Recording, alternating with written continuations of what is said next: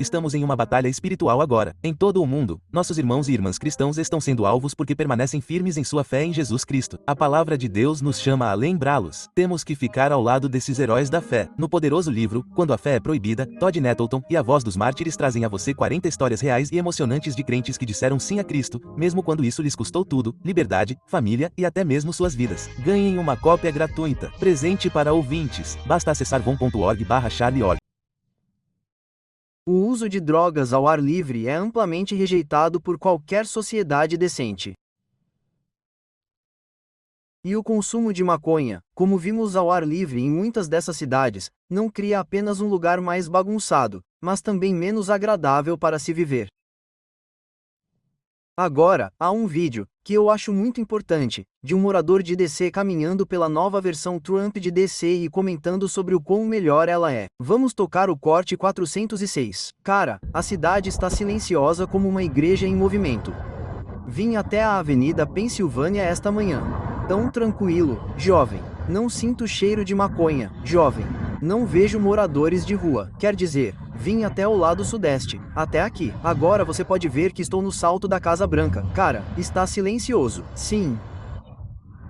É uma pena que seja preciso que alguém tenha que sentar na sua sala de aula para que você esteja em ordem.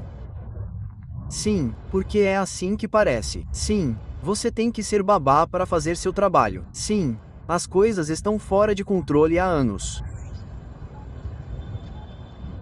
Você tem que fazer melhor. Sim, você tem que fazer melhor. E principalmente os jovens. Vocês têm os problemas. Somos nós, cara. Somos sempre nós dando a todos uma má fama. Sim. Você notou a primeira coisa que ele disse?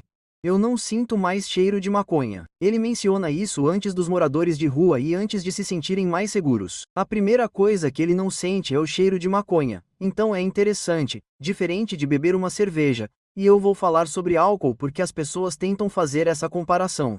Se alguém bebe uma cerveja a menos que entre em um veículo ou se torne violento ou beligerante, eu não preciso sentir o cheiro a menos que eu tenha contato próximo. Mas quando alguém fuma maconha em local aberto, eu preciso sentir o cheiro. Então, tenho uma experiência menos agradável naquele momento ou ao longo do dia por causa da sua leviandade. E a maconha é, sem dúvida, e o uso generalizado de maconha, especialmente em público, é um indicador importante de criminalidade e degeneração. E, novamente, uma observação sobre questões médicas. Seus piores efeitos são, de longe, sobre os jovens. E vou me aprofundar na questão dos jovens em um segundo, porque a legalização vem com um endosso tácito do governo de que isso é aceitável. E vou analisar alguns desses números aqui e mostrar que, onde é legalizada, as taxas de jovens aumentam porque eles acham que está aceitável. Pesquisas mostram isso. Estudos de revisão independentes mostram isso. Há tantos argumentos aqui e eu vou falar. Quero analisar os freios. Pessoal, quero apenas frear porque é muito importante. Acho que não teremos tempo para desenvolver esse argumento adequadamente com o tempo que geralmente é gasto. Quero que vocês respondam a essa pergunta. Se você é a favor da legalização ou da reclassificação, se mais pessoas usassem maconha, os Estados Unidos seriam melhores?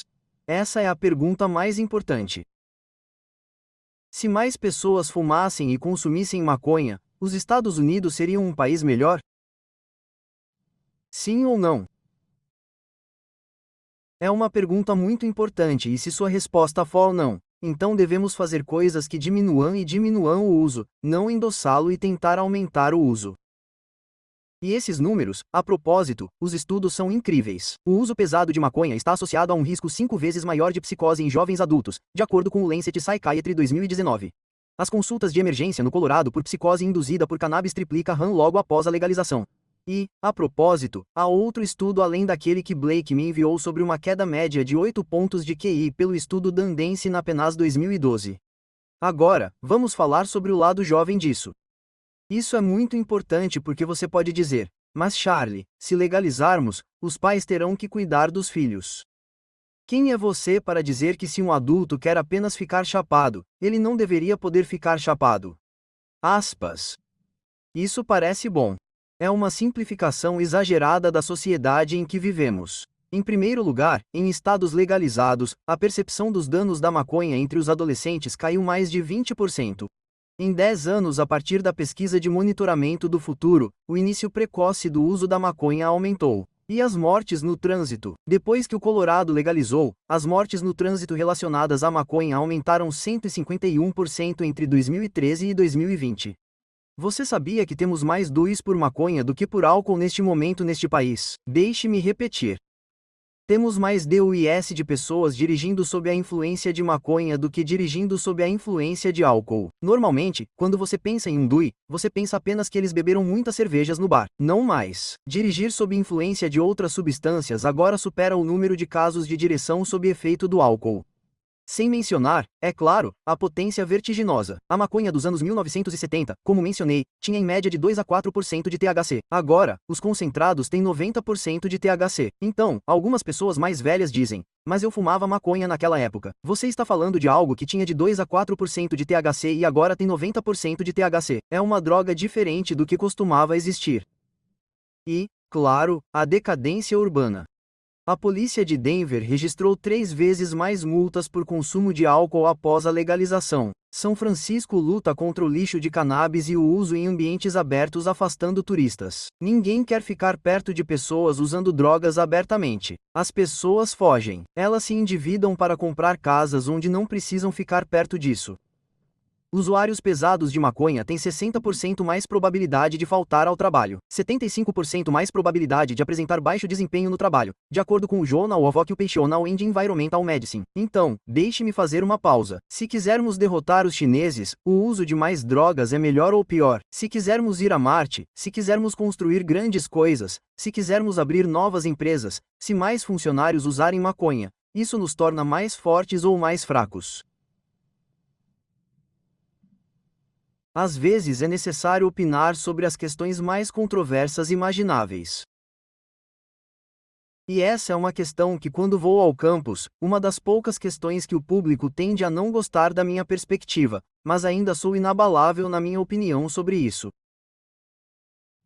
E tudo isso está surgindo de alguma coisa. E, a propósito, o presidente Trump está fazendo um trabalho fenomenal e fabuloso. Continuamos comprometidos em dar continuidade à agenda MAGA.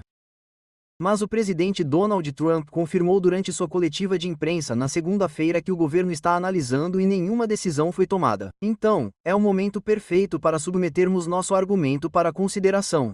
Analisando a reclassificação da maconha. A reclassificação tiraria a maconha de uma droga da lista 1. Ela então seria transferida para a lista 3, que é para drogas com potencial moderado a baixo de dependência física e psicológica, como esteroides anabolizantes e testosterona. O presidente Trump disse que não tomou uma decisão final e ainda está avaliando. Então, aqui está a visão que temos sobre este programa. A visão que tenho em particular é que, claro, a maconha não é boa para você. Muitas pessoas dirão que a maconha tem todas essas vantagens maravilhosas. Você pode usá-la para relaxar e dormir. Nós subestimamos muito, essa é a primeira afirmação.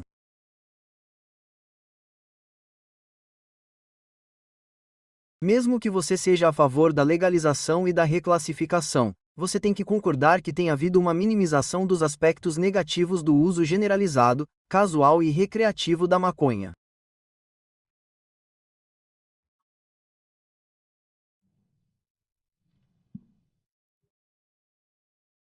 Temos abundantes partes de dados neste momento para poder analisar parte por parte e fazer a pergunta: isso tornou as pessoas mais saudáveis?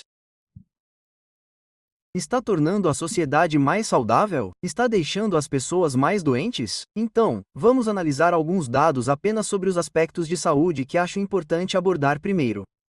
Então, a partir dos dados que temos diante de nós, vários estudos longitudinais relacionam o uso pesado de maconha, especialmente na adolescência, a maiores riscos de psicose, esquizofrenia, ansiedade e depressão, comprometimento cognitivo. O THC afeta a memória, a atenção e o aprendizado. O uso crônico pode levar a déficits cognitivos persistentes. Além disso, danos respiratórios. Fumar maconha pode causar bronquite crônica, irritação pulmonar, com riscos desconhecidos de câncer em longo prazo. Ainda estamos aprendendo. E, a propósito, para aqueles na plateia que podem ter mais de 50 anos, o que essas crianças estão fumando e consumindo quando se trata de maconha é significativamente diferente do que vocês fumaram em Woodstock ou na década de 1970, início da década de 1980.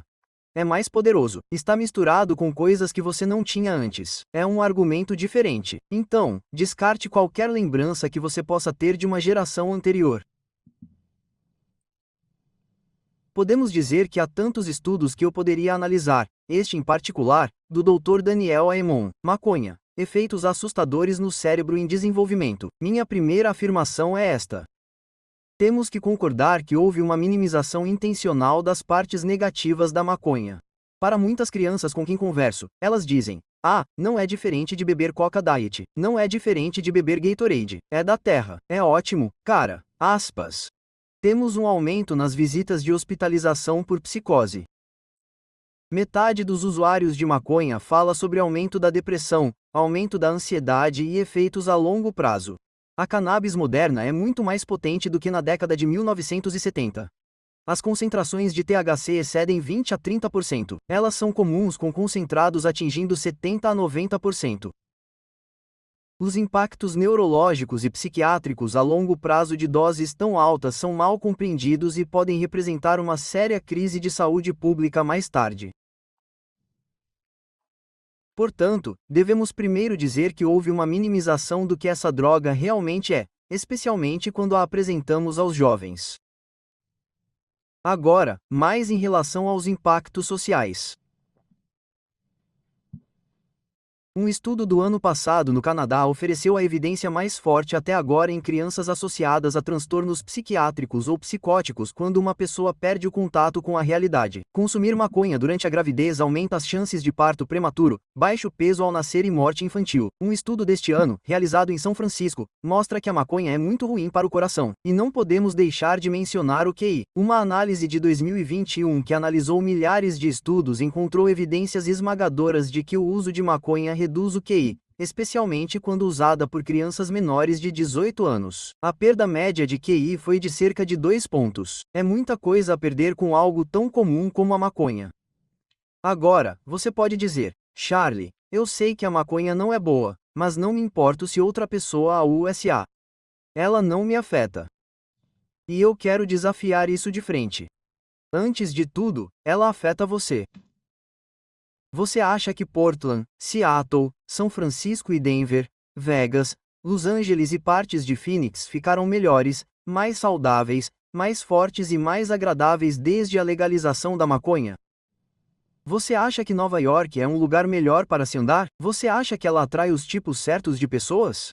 Você acha que isso nos eleva mais alto em direção à unidade nacional, à força, em direção a um objetivo de derrotar os chineses ou ser virtuoso, partir em uma jornada, triunfar sobre o mal? Você acha que a maconha convida a esse tipo de cultura? O uso de drogas ao ar livre é amplamente rejeitado por qualquer sociedade decente.